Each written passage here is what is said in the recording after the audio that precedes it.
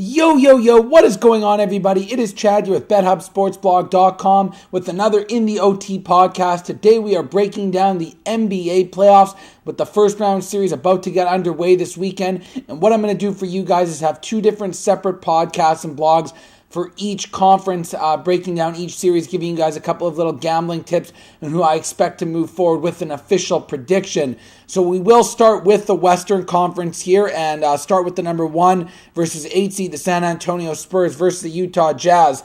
And last year, San Antonio was the number 1 seed and ended up losing to Memphis, who was the number 8 seed in what many people could have considered one of the bigger upsets in NBA history. But at the time, I never really viewed it that way because Memphis should have never been a number 8 seed in terms of the amount of talent that they had. Now this year, it's a whole other story. I believe that the San Antonio Spurs learned a huge lesson from last year, and they vastly improved this year. And as a matter of fact, I think this team has a great chance to win the championship, let alone win this first round. Their depth on this team is absolutely incredible when you look at it from top to bottom. They pretty much have 2 starting rotations, and it doesn't really matter who's on the court at any time because they have so many capable players. Obviously, it's all fueled by starting point guard Tony Parker. But, when you just look at the fact that if Ginobili's not scoring, they can go with Gary Neal that can shoot, or Danny Green. And then up front, Tim Duncan might be older. So big deal. They go to DeJuan Blair. They got Thiago Splitter that plays some hard defensive minutes and is pretty athletic. And then they drafted Kawhi Leonard. The guy's been a stud this year. And then even bring in veterans like Steven Jackson and Boris Diaw really helped round out their lineup. And I just feel that Utah has absolutely no chance against them. They will not be able to match their depth. Their athleticism improved a bit with some of these younger players this year. They can shoot like there's no tomorrow from the outside. They can ping the ball down in the paint. And, last year, I don't think they were as versatile and as deep. And when you look at them offensively this year, they were just absolutely beasts. They could not be stopped. This team must have averaged 110 points a game. They won the season series 3 games to 1 against Utah. There's no way Utah will beat them in any games in San Antonio. They might be able to squeak out one at home. There are some elements to this Utah team I do like quite a bit. They do have some good size down in the paint with Jefferson and Millsap. And Hayward and CJ Miles are pretty versatile, but they just don't have enough depth after that. Devin Harris is not a good enough shooter from the outside, and he'll get exposed by Tony Parker and all the guards on San Antonio. They just do not have enough perimeter scoring to be able to keep up with them. They might be able to bang a little bit down in the paint, but there's just not nearly enough depth, and I think San Antonio absolutely rolls in this series here. I say this one goes 5 games. I'll give Utah 1 game at home. And from a betting perspective, obviously no one's going to be that insane to lay the minus 1,000 series price. And at the same point in time, I don't necessarily want to be laying 8, 9, 10 points on their home court. But one angle I'd maybe start to look at a little bit with this series here is taking a look at the over because of the way San Antonio has been able to score this year, which has just been off the hook. And it's not like Utah can't score a little bit.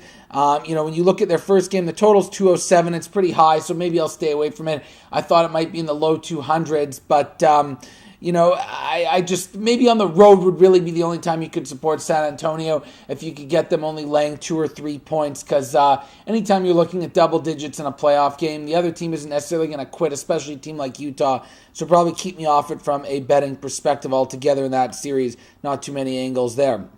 We'll now move on to the 2 versus 7 series, which is the Oklahoma City taking on the Dallas Mavericks, which is a rematch of last year's Western Conference Finals. A little bit of a role reversal in terms of who's favored here.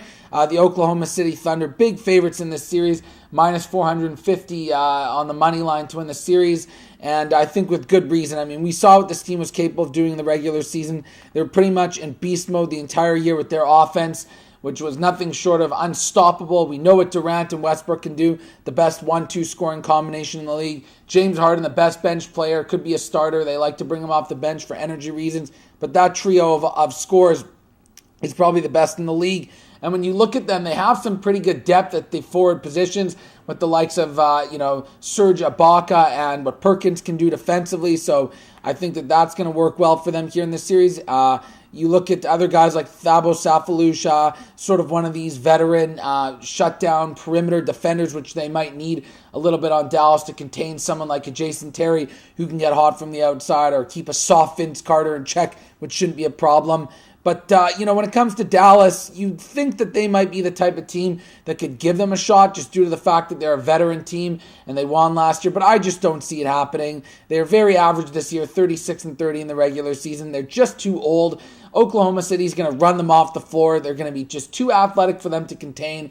Dirk Nowitzki might be able to keep up a little bit with Durant scoring. But you know what? When it comes to the guard position, whether it's Delonte West or Jason Kidd, Westbrook's going to be running circles around these guys. Vince Carter's finished. He's got nothing left to offer. Sean Marion's still half decent, but you know what? I'll take the athleticism over guys like Serge Ibaka right now in that spot there to play on him. And they lost Tyson Chandler last year, which was a huge part of their overall team defense because, there would really be an opportunity for guys to provide help defense and rely on him to sort of be that rover underneath the basket to create some more difficult looks for other teams in the paint. They don't have it this year with Haywood, who's not nearly as good defensively, and also losing someone like the assistant coach from last year, Dwayne Casey, who went to coach the Raptors. I think that hurt their overall team defense quite a lot this year. So I think that they're going to have a lot of problems with being able to contain Oklahoma's just pure athleticism. And, I think they could still win a game or two, but I would say Oklahoma City here in 6 games. And the spread, I'd still lean to Oklahoma City laying that touchdown in the first game, 7 points, and maybe especially on the road when they're only going to be laying a basket or 2 or 3 points. And the reason is they're just a straight-up better overall team. Dallas has never really had a great home record. As a matter of fact, they've been better on the road throughout their sort of history in the last 6, 7, 8 years when they've been a good team in the league. I feel that the total is actually pretty low here in Game 1, 193. With the way Oklahoma City likes to push the pace, this could easily go over. That's the way I'd be looking at it. Dallas can still shoot and score a little bit, and when the game gets out of hand at the end, you know that the defenses aren't going to be putting in maximum intensity. Like I said, Dallas's defense, which was much improved last year, that played a huge role in them being successful in their championship run, is not at the same level right now. So expect these games to usually be in the 200 range. I think the odds makers have completely missed the boat. So I do look hard and strong at the over here, at least in Game 1, and we'll see what the adjustments are after that. And just in general, a team like Dallas that's veteran, that is supposed to be a contender for so many years, I finally got over the hump last year, and I just feel that they might not be that same sense of urgency. It's just not the same team. Oklahoma's too young, too hungry, and they will dispose of them, like I said, in 6 games. So that's the 2-7 series there. And now we'll move on to the 3-6 series, which is very intriguing with the Lakers and Denver here. And I'm sure a lot of people are going to start to tell you guys that Denver is the trendy pick and they're going to be the upset and the Lakers are done, da-da-da-da-da. And I'm not disputing the fact that I don't think that Denver has a chance in this series. But at the end of the day, I will still be taking the Lakers here, and I will take them in 6 games. And the reason that I don't think Denver can win this series is I look at them throughout the majority of this year, and they really did not step up against elite teams. They did most of their wins came against these bottom-feeding teams that they could just run the score up with their run and gun type of offense, and their defense just is simply not good enough. You know that a coach like Mike Brown, when it comes to the playoffs, is going to be preaching a very defensive style of game that I think can disrupt their offense. At the beginning of the year, the Lakers were outstanding defensively. I think they sort of lost it in the second half of the year and weren't quite as competitive. But I think they're going to get back to more of that style of basketball. They're going to try to limit the game in terms of the run and gun approach that Denver likes. They're going to try to get into the half court. They're going to try to dump the ball into the blocks with their bigs, with Bynum and Gasol, which I think is going to be a huge factor in this series here because I just don't think that Denver is going to be able to guard them down low. JaVale McGee is not Nene Hilario. He's just too much of a head case and will not be able to defend like that. As nice as Kenneth Faried and Danilo Gallinari have played, and I do like those players quite a bit, they're not going to be able to match the size of the bigs on the Lakers. And at the end of the day, Kobe Bryant is still Kobe Bryant. He's the best closer in the game. He can shoot like there's no tomorrow in clutch spots here. And when you look at Denver, they don't have that sort of go-to closer at the end of the game that's necessary to win a series. We saw a lot of that happen last year against Oklahoma City in their first round, where everyone thought maybe they could have a chance because they have all this depth and they have all this athleticism. But when the game is tied or it's a couple possessions, you need to know definitively who is going to be taking those shots, and I just don't think they have that.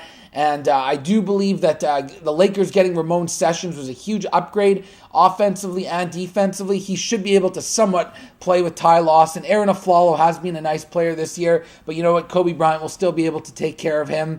And like I said, they do have some good, like Denver's one of the deeper teams in the league. They do have a couple of starting lineups, really, when you look at guys like Al Harrington and Andre Miller, Corey Brewer and JaVale McGee coming off the bench. But I just don't think it's going to be enough. And they probably will win a game or two at home, but the overall size of the Lakers in the paint, Kobe Bryant, and the fact that they beat them already 3 out of 4 games in the regular season, Denver will not advance here. I will take the Lakers in 6 games to win this series. And from a betting perspective, I think the line is pretty fair at minus 200 for the series price. And, the Lakers just did such a shitty job covering as favorites this year, but I think they know that. And Denver has been a pretty good road dog in particular. So getting 5 points is somewhat of a cheap number. I would lean off of it. And you do see that total of 202 in the first game. And I think that I would definitely start to lean to some unders here, playoff basketball, and I do think the Lakers' style will dictate things. So if you think they're going to win, it's probably going to be a lower scoring game, so that's the way I would lean there. So that is the third series in the West, and then we'll break down the final series here, which is a 4-5 matchup between Memphis and the LA Clippers, and I'm sort of pissed off these two teams are playing each other because in my mind they were both play-on teams and they actually happen to be both my favorite teams in the Western Conference. Being from Vancouver, I'll always be a Grizzlies fan at heart, and I've always sort of liked the Clippers because they've stunk so much, and I don't know why, I'm just weird. I like to cheer for bad teams that everybody writes off, and then the one year they actually get Chris Paul and they have Blake Griffin, I was a fan of them, but Memphis here is laying minus 200 in the series price, and I think that is a little bit overpriced, even though I think they still do win this series, so it's going to keep me away from that. But the reason why I like Memphis here, and I do believe that this series will go the distance, a full 7 games, is just because they have a little bit more depth, they have a little bit more experience having been in the playoffs, and we saw what they were capable of doing last year, beating San Antonio in the first round and really giving Oklahoma City a shot in the second round. Because when you look at the LA Clippers, yes, they have Chris Paul and Blake Griffin, but the rest of the team really isn't quite as overall good as what Memphis has. Mike Conley is one of the most underrated point guards in the league. He can play with Paul a little bit, and Blake Griffin isn't necessarily the greatest post-up player. He's more athletic, and he doesn't really... I just don't see him scoring in the paint as easily as maybe he did in the regular season, having to go up against Gasol, who's great defensively. Zach Randolph is now accepting his role off the bench, and the thing, too, is even if the Clippers wanted to start scoring a little bit on the perimeter with the likes of a Caron Butler and a Mo Williams, Tony Allen is one of the best shutdown defenders in the league. He should be able to regulate them. Rudy Gay is just a little bit better athletically at that swing position, more so than what the Clippers have to offer. And as good as DeAndre Jordan is in the paint defensively, he doesn't offer as much offensively because Gasol and Randolph should be able to do a little bit more. You have still some very athletic players in Maurice Space and OJ Mayo. There's just a little bit more depth here. And I also believe that Vinny Del Negro is not a very good coach, whereas I believe that Lionel Hollins is a terrific coach and he should be able to win the X's and O's battle in that series. So I'm going to look to take the Memphis Grizzlies here in 7 games. And when it comes to betting this team here, I do look at the Grizzlies whenever they're sort of a short home favorite at minus 4 or 5 points, which we see here. I do lean that way. The total at 185 is pretty fair. I'd probably stay away from it. And, this series could go either way. It really wouldn't shock me if the Clippers win. I just believe that Memphis still has a little bit more scoring ability in the paint, a little bit more depth coming off the bench and versatility, and a better coach. And yes, you could argue the 2 best players in the series are on the Clippers. The better overall team are the Grizzlies. So to recap my Western Conference predictions for the first round, I'll be taking the San Antonio Spurs in 5 games. I'll be taking the Oklahoma City Thunder in 6 games, the Lakers in 6 games, and the Grizzlies in 7. Chad here with the BetHubb Sports Blog in the OT podcast, breaking it down. Make sure to check out my other post on the Eastern Conference playoff predictions for the first round as well.